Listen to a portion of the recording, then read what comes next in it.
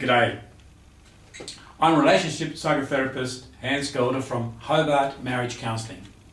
And what I'd like to do is explain to you in a very brief moment how you can have more regular sex with your wife or with your partner. The first thing we need to understand is that the build-up of resentment is the number one inhibitor to sex. The build-up of resentment means that someone's got this, your wife or your partner has this knot in their soul, in their spirit, even in their stomach sometimes. And it just makes them difficult to give themselves. Because you see, when a woman gives herself, she actually opens herself to you, which is a very vulnerable position. And it's hard to be vulnerable to somebody who you've got a kind of a grudge against, or someone who's hurt you. Now what we need to understand is that the build-up of resentment comes from unresolved conflict. So your wife or your partner has tried to solve some issues with you, there's been something that's been troubling them, they've approached you, they've looked to you for support, for comfort, but you haven't given that to them. And so there's been no emotional bonding. Because what women need is they need an emotional bonding before they can sort of give you that physical bonding, which is what you want. And what causes unresolved conflict is often your defensiveness or your anger. Let me explain to you. When guys are angry, they actually create fear in the lives of women. When your wife or your partner is angry with you, men rarely feel fear. We might feel some annoyance or some frustration, but rarely fear. But when it's the other way around, when there's tension, when we express extreme tension, we create fear.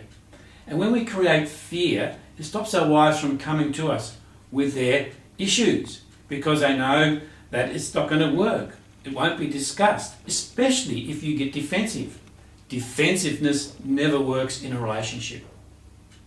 And so it's these things that create tension. And when we create tension in the relationship, the tension remains, and it's hard for a person to give themselves when they feel this tension.